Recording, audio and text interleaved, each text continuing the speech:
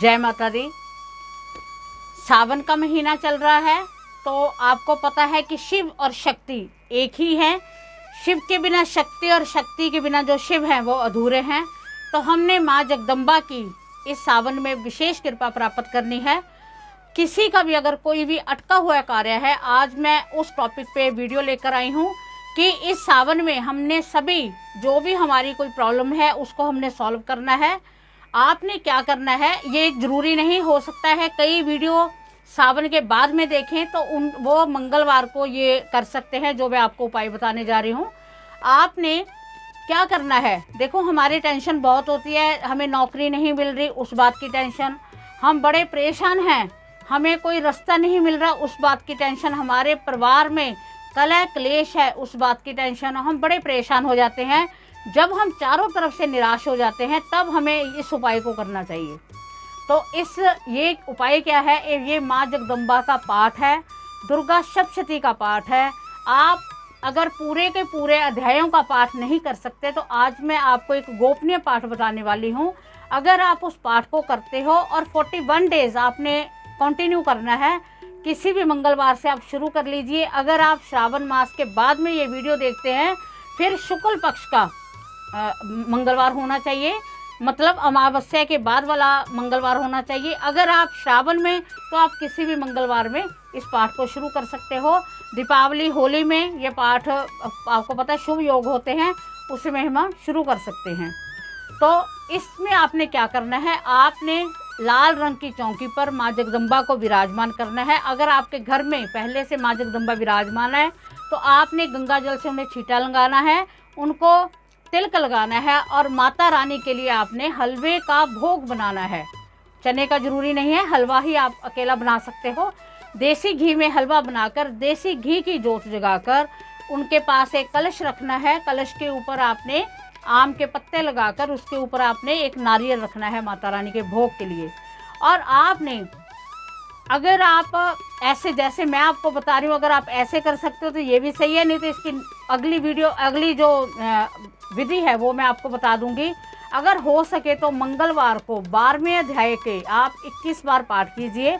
अगर इतना सक्षम नहीं है भी, आप नहीं इतना कर सकते, तो आपने सिर्फ एक ही पाठ करें। माँ जगदम्बा का संकल्प ले कि मैं 41 डेज तक आपके इस अध्याय का पाठ करूँगा, मेरे ये जो भी प्रॉब्लम है मेरे इन प्रॉब्लमों को सॉल्व कीजिए। आपको पता होगा कि जो 12वां अध्याय दुर्गा सप्तशती का है वो आशीर्वाद अध्याय है। एक चौथा अध्याय है माँ जगदम्बा का जो दुर्गा सप्तशती में, आपको पता है कि दुर्गा सप्तशती का हिंदी में पाठ डला हुआ है, वो संस्कृत में इसीलिए नहीं बनाया क्योंकि संस्कृति में सबको समझ नहीं आती संस्कृत में, इसलिए वो हिंदी में बनाया हुआ है।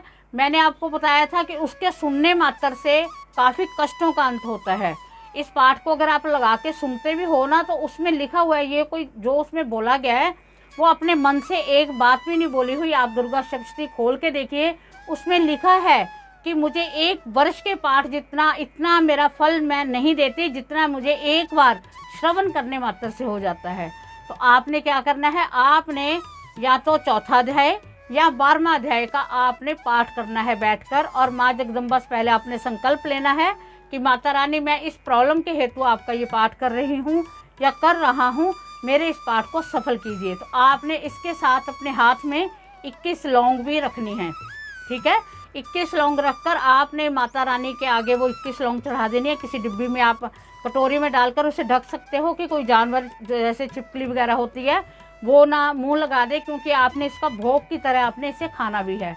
जब आप ऐसे पाठ करोगे, माँ से प्रार्थना करोगे, आप देखना आपकी प्रॉब्लम 101% मैं श्योरिटी देती हूँ कि माता रानी जगदम्बा आपकी इस प्रार्थना को अवश्य स्वीकार करेंगे। और हाँ, मैं आपको एक और बात बताऊंगी कि जब ये पाठ शुरू करना है पहले आपने भगवान गणपति जी का आवाहन करना है कि हे भगवान गणपति जी, आप विघ्न नाशक हो, मैं ये पाठ करने जा रहा हूँ या जा रही हूँ, मेरे इस पाठ को सफल कीजिए और मुझे इस पाठ में कोई भी विघ्न ना आए। उसके बाद में आपने भगवान शिव को याद करना है। नमः शिवाय का पंचाक्षर मंत्र है, 21 बार, 11 बार या 108 बार आपने वो लेना है। उसके बाद में आपने माँ की आराधना करनी है और उनका नाम लेने के बाद आपने कुलदेवी को याद करना है। फिर आपने माँ जगदम्बा का पाठ करना है। पाठ करने के बाद में आपने फिर माँ कुलदेवी को याद करना है कि हे माँ कुलदेवी, मैंने ये पाठ किया है, आपकी कृपा से ये मेरा पाठ है वो सफल हो, उनसे प्रार्थना करनी है।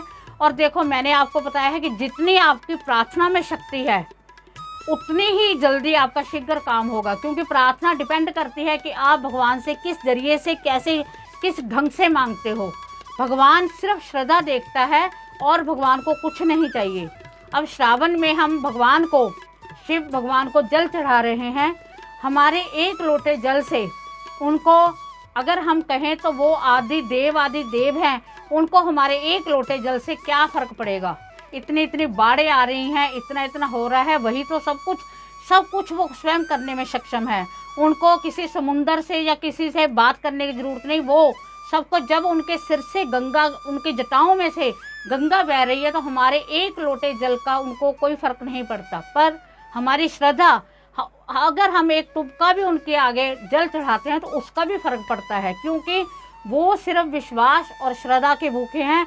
अगर आप विश्वास और श्रद्धा से इस पाठ को करोगे तो आपको इसका अवश्य फल मिलेगा। इस बात की मैं गारंटी लेती हूँ। अगर आपको किसी भी बात का, कोई पाठ का समझ ना आए तो आप कमेंट में कमेंट करके पूछ सकते हो। तो उम्मीद है कि आपको वीडियो पसंद आई होगी। अगर पसंद आई है तो ज़्यादा से ज़्यादा शेयर किया कीजिए, क्योंकि अगर किसी और को फ़ायदा होता है तो इससे आपका भी भला होगा। तो इसी के साथ जय माता दी।